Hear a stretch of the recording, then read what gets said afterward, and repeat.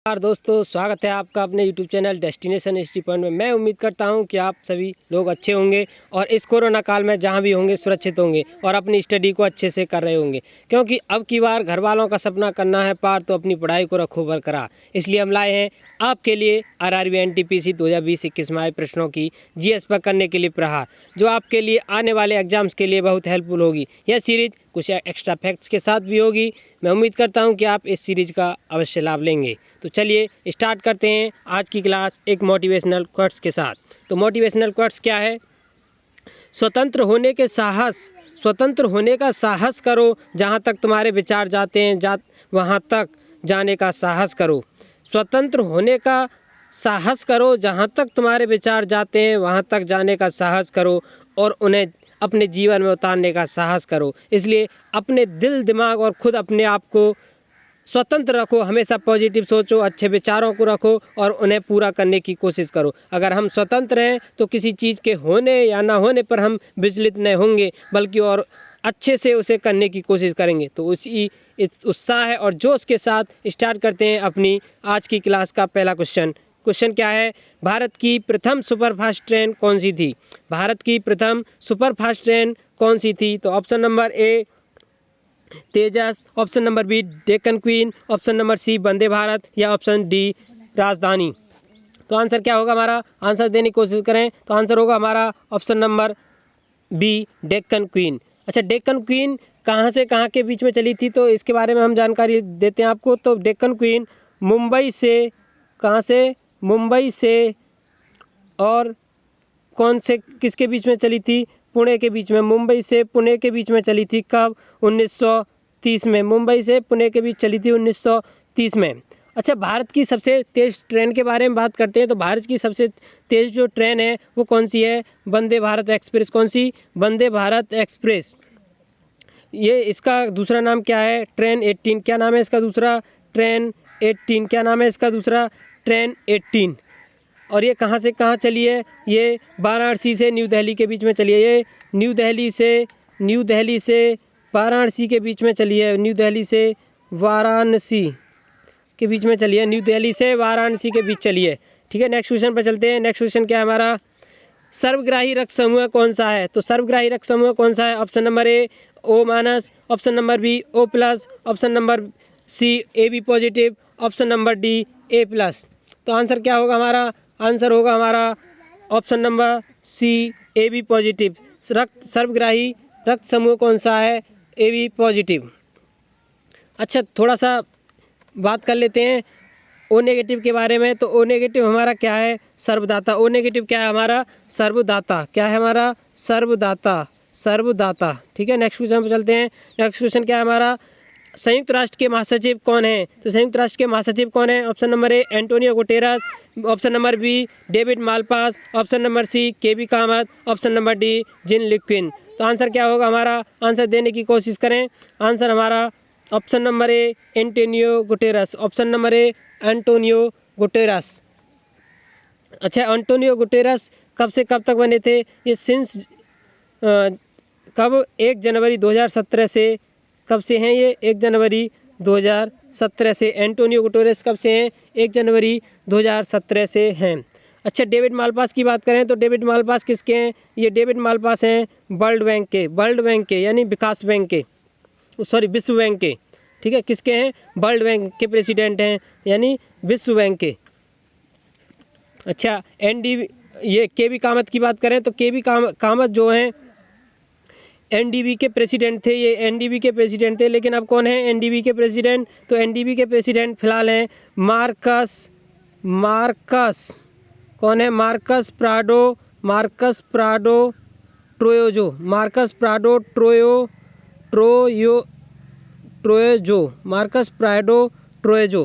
कौन है? Marcus Prado ट्रोयोजो फिलहाल NDB के क्या हैं? NDB के क्या है ये? प्रेसिडेंट। NDB। तो NDB की फुल फॉर्म क्या है? New development bank. क्या है? New development bank. ठीक है, नेक्स्ट क्वेश्चन पर अच्छा, थोड़ा सा अब जिन लिक्विन के बारे में बात करते हैं। तो जिन लिक्विन कौन है? ये AIIB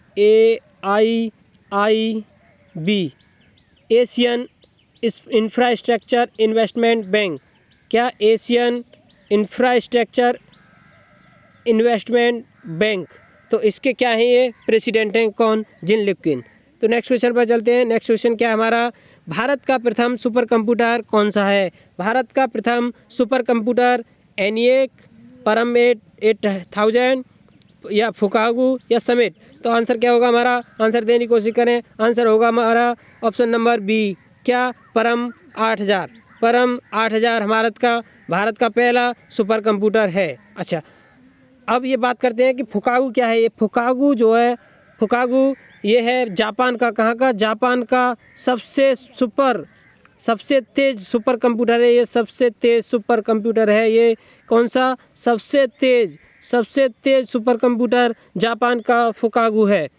अच्छा, फिर भारत का कौन सा है वर्तमान में, भारत का कौन सा है, तो वर्तमान में भारत का है परम सिद्धि। कौन सा, परम सिद्धि। कौन सा है भारत का, परम सिद्धि। अच्छा, ये परम सिद्धि जो है भारत का, ये कितवें नंबर पे है, ये 63वें नंबर पे है। फास्टेस्ट में कौन से नंबर पे है, 63वें नंबर पे है। अच्छा, नेक्स्ट क्वेश्चन पर चलते हैं। नेक्स्ट क्वेश्चन क्या है हमारा, बाघ या टाइगर रिजर्व कौन सा राष्ट्रीय उद्यान है। तो Jim Corbett national park, Manas national park, Kaziranga national park या पेरियार नेशनल पार्क। तो आंसर क्या होगा हमारा, आंसर देने की कोशिश करें। आंसर होगा हमारा जिम कॉर्बेट नेशनल पार्क। तो जिम कॉर्बेट नेशनल पार्क कहाँ है, ये हमारा है यूपी उत्तराखंड में। कहाँ है ये, उत्तराखंड में। अच्छा, मानस नेशनल पार्क कहाँ हमारा, मानस, और ये काजीरंगा नेशनल पार्क हमारे ये हैं असम में। कहाँ है, असम। कहाँ पर है, असम में। अच्छा, पेरियार नेशनल पार्क के बारे में बात करें तो ये कहाँ हमारा, केरल में।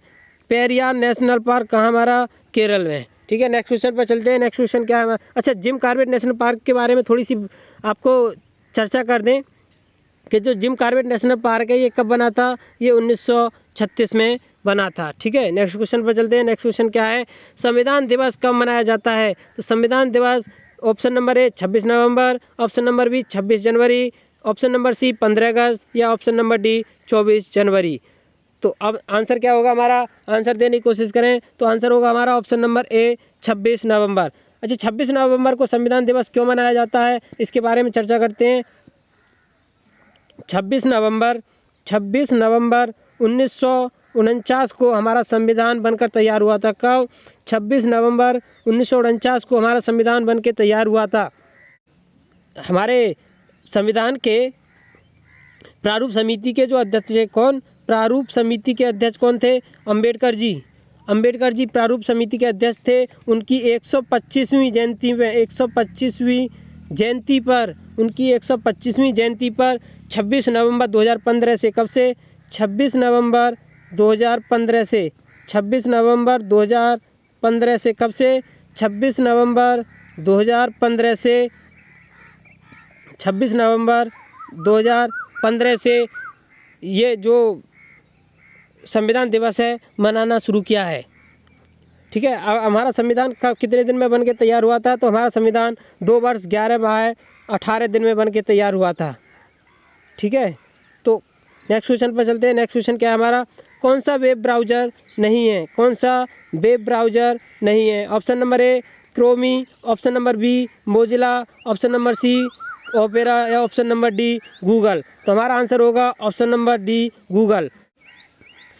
क्रोमी, मोजिला, ओपेरा ये क्या है हमारे, ये जो है वेब ब्राउज़र हैं। और लेकिन ये जो गूगल है ये क्या है, ये एक सर्च इंजन है। क्या है, एक सर्च इंजन है। ये एक सर्च इंजन है, सर्च इंजन है, ये एक हमारा सर्च इंजन है। ठीक है, नेक्स्ट क्वेश्चन पर चलते हैं। नेक्स्ट क्वेश्चन क्या हमारा, निम्न में से किसी कृषि प्रधान देश कौन सा है। तो नॉर्वे, स्वीडन, भारत, स्विट्जरलैंड। तो हमारा आंसर क्या होगा, आंसर देने की कोशिश करें तो ऑप्शन नंबर सी, कृषि प्रधान देश कौन सा है, तो भारत एक कृषि प्रधान देश है। यहाँ की 70% जनसंख्या गाँव में निवास करती है। भारत की 70% जनसंख्या गाँव में निवास करती है और ज़्यादातर जो गाँव की जो जनसंख्या है वो कृषि पर डिपेंड है, इसलिए भारत को कृषि प्रधान देश कहा जाता है। ठीक है, नेक्स्ट क्वेश्चन पर चलते हैं। नेक्स्ट क्वेश्चन क्या है हमारा, संविधान के जनक किसे कहा जाता है। तो संविधान का जनक किसे कहा जाता है, option number A Sardar Vallabh Bhai Patel, option number B Jawaharlal Nehru, option number C doctor Rajendra Prasad, option number D doctor Bhimrao Ambedkar. तो आंसर क्या होगा हमारा, आंसर देने की कोशिश करें, आंसर होगा हमारा option number D doctor Bhimrao Ambedkar को संविधान का जनक कहा जाता है। अच्छा, कुछ एक्सरसाइज के बारे में बात कर लेते हैं। तो संघीय शक्तियाँ संबंधित समिति और संघीय संविधान समिति के अध्यक्ष कौन थे, जवाहरलाल नेहरू। मौलिक अधिकारों संबंधी उपसमिति के अध्यक्ष कौन थे, तो ये थे जेवी कृपलानी। अच्छा, संचालन समिति के अध्यक्ष कौन थे, तो राजेंद्र प्रसाद। अच्छा, राजेंद्र प्रसाद जो है अध्यक्ष भी थे, संविधान सभा के अध्यक्ष भी थे, ठीक है। नेक्स्ट और क्या है फिर, वित्त एवं स्टाफ समिति के अध्यक्ष कौन थे, वित्त एवं जो स्टाफ समिति उसके अध्यक्ष भी कौन थे, राजेंद्र प्रसाद। अच्छा, कार्य संचालन समिति के अध्यक्ष कौन थे, के.एम. मुंशी। आवास समिति के अध्यक्ष कौन थे, वी पट्टाभी सीतारामैया। प्रत्यय पत्र संबंधी समिति अध्यक्ष अल्लादी कृष्णा स्वामी अय्यर। मौलिक अधिकार, अल्पसंख्यक एवं जनजातीय और अपवर्गीय क्षेत्रों संबंधी सलाहकार समिति अध्यक्ष कौन थे, सरदार वल्लभ भाई पटेल। प्रक्रिया विषयक नियमों संबंधी समिति अध्यक्ष कौन थे, राजेंद्र प्रसाद। अल्पसंख्यकों के उप समिति अध्यक्ष कौन थे, एस.सी. मुखर्जी, ठीक है। अच्छा, अंबेडकर जी को संविधान का जनक क्यों कहा जाता है, क्योंकि अंबेडकर जी संविधान की प्रारूप समिति के अध्यक्ष थे। कौन थे, प्रारूप समिति के अध्यक्ष थे, ठीक है। नेक्स्ट क्वेश्चन पर चलते हैं। नेक्स्ट क्वेश्चन क्या है हमारा, पाइथन क्या है। तो पाइथन क्या है, एक programming language, software, input device या हार्डवेयर। तो आंसर क्या होगा हमारा, पाइथन एक हमारी प्रोग्रामिंग लैंग्वेज है। पाइथन क्या है, एक प्रोग्रामिंग लैंग्वेज है। तो ऑप्शन नंबर ए आंसर होगा हमारा, ऑप्शन नंबर ए। नेक्स्ट क्वेश्चन पर चलते हैं। नेक्स्ट क्वेश्चन क्या है हमारा, इसरो ने 15 फरवरी 2017 को कुल कितने उपग्रह लॉन्च करके विश्व रिकॉर्ड बनाया था। तो आंसर क्या होगा हमारा, आंसर होगा हमारा option number A 102, option number B 111, option number C 104 या ऑप्शन नंबर डी 121। तो आंसर क्या होगा हमारा, आंसर देने की कोशिश करें, आंसर होगा हमारा option number C 104, option number C 104। यानी भारत ने 104 उपग्रह 15 फरवरी 2017 को लॉन्च करके विश्व रिकॉर्ड बनाया था। अच्छा, इसरो की बात करें तो इसरो का जो फॉर्मेशन हुआ था वो कब हुआ था, तो इसरो का फॉर्मेशन 15 अगस्त 1969 को हुआ था। अच्छा, अध्यक्ष कौन है इसरो के, तो इसरो के जो अध्यक्ष हैं वो हैं के सिवान। कौन है, के सिवान। कौन है, के सिवान। कौन है अध्यक्ष, के सिवान, ठीक है। नेक्स्ट क्वेश्चन पर चलते हैं। नेक्स्ट क्वेश्चन क्या है हमारा, नींबू के रस का पीएच मान कितना होता है। तो नींबू के रस का पीएच मान कितना होता है, तो option number A 2.4, option number B 6.5, option number C 7.4, option number D 6। तो आंसर क्या होगा हमारा, आंसर देने की कोशिश करें तो आंसर होगा हमारा ऑप्शन नंबर ए 2.4। नींबू के रस का जो पीएच मान है वो कितना होता है, 2.4। अच्छा, पीएच जो स्केल होती है वो 0 से 7 और 7 से 14 कहाँ से होती है, 0 से 7 और 7 से 14 होती है। तो 0 से 7 तो ये इसका तो पीएच मान होता है हमारा, ये किसका होता है, ये होता है एसिड। जिनका 7 से नीचे पीएच मान हो वो एसिड और 7 से ऊपर हो वो बेसिक। वो कौन से होते हैं, वो होते हैं बेसिक। जिनका पीएच मान 7 से नीचे हो वो एसिडिक और जिनका पीएच मान 7 से ऊपर हो वो होते हैं बेसिक, यानी क्षार। ये अम्ल और ये क्षार। 7.4 की बात करें तो 7.4 हमारा ह्यूमन ब्लड यानी व्यक्ति के खून का पीएच मान कितना होता है, 7.4। नेक्स्ट क्वेश्चन पर चलते हैं। नेक्स्ट क्वेश्चन क्या है हमारा, नेक्स्ट क्वेश्चन है हमारा 2020 में केंद्रीय शिक्षा मंत्री कौन थे। तो 2020 में केंद्रीय शिक्षा मंत्री कौन थे, option number A Ramesh Pokhriyal, option number B Smriti Irani, option number C Piyush Goyal या option number D Nirmala Sitharaman. तो आंसर क्या होगा हमारा, आंसर होगा हमारा option number A Ramesh Pokhriyal Nishank. जो नई शिक्षा नीति के अनुसार मानव संसाधन विकास मंत्री का नाम बदलकर शिक्षा मंत्री कर दिया गया है। अच्छा, स्मृति ईरानी की बात करें तो स्मृति ईरानी कौन है, तो स्मृति ईरानी केंद्रीय मंत्री हैं, कौन सा मंत्रालय इन पर है? एक तो कपड़ा मंत्रालय, कौन सा? कपड़ा मंत्रालय। और कौन सा है? ये महिला एवं बाल विकास मंत्रालय। और कौन सा है? महिला एवं बाल विकास मंत्रालय। महिला एवं बाल विकास मंत्रालय, ठीक है। नेक्स्ट, और पीयूष गोयल के बारे में बात करें तो पीयूष गोयल रेल मंत्री हैं। कौन है? रेल मंत्री। और कौन सा है इन पे? ये हैं कोयला मंत्री भी हैं। पीयूष गोयल एक तो रेल मंत्री हैं और कोयला मंत्री भी हैं, ठीक है। निर्मला सीतारमण की बात करें तो ये कौन से हमारी? ये वित्त मंत्री हैं, ठीक है। नेक्स्ट क्वेश्चन पर चलते हैं। नेक्स्ट क्वेश्चन पर क्या है हमारा? विश्व पर्यावरण कार्यक्रम 2020 कहाँ आयोजित हुआ? तो विश्व पर्यावरण कार्यक्रम 2020 कहाँ आयोजित हुआ? ऑप्शन नंबर ए चीन, option number B Bharat, option number C Colombia, option number D America. Answer क्या होगा हमारा? आंसर देने की कोशिश करें। आंसर होगा हमारा ऑप्शन नंबर सी कोलंबिया। अच्छा, कुछ एक्स्ट्रा फैक्ट के बारे में बात करते हैं। तो पर्यावरण संरक्षण अधिनियम 19 नवंबर 1986 से लागू हुआ था। कब से? 19 नवंबर 1986 से लागू हुआ था। वर्तमान पर्यावरण मंत्री कौन है भारत के? तो वो हैं प्रकाश जावड़ेकर। अच्छा, पहली बार विश्व पर्यावरण दिवस कब मनाया गया था? तो पहली बार विश्व पर्यावरण दिवस 1974 में मनाया गया था। कब? 1974 में। अच्छा, पर्यावरण दिवस कब मनाया जाता है? तो पर्यावरण दिवस है 5 जून। विश्व पर्यावरण दिवस 5 जून को मनाया जाता है। वर्ल्ड एनवायरनमेंट डे 5 जून को मनाया जाता है। अच्छा, 2019 की बात करें तो 2019 में चीन, 2019 में कहाँ? चीन पे आयोजित हुआ था विश्व पर्यावरण कार्यक्रम, ठीक है। नेक्स्ट क्वेश्चन पर चलते हैं। नेक्स्ट क्वेश्चन क्या है हमारा? सार्क का सदस्य कौन सा देश नहीं है?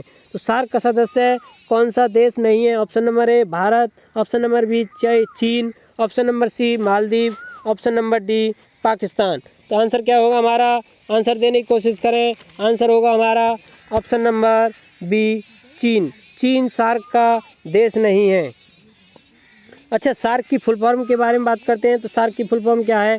South Asian association for regional cooperation. अच्छा, सार्क में कितने देश हैं? 8 देश हैं। अच्छा, देशों के बारे में बात करते हैं तो देश कौन कौन से हैं?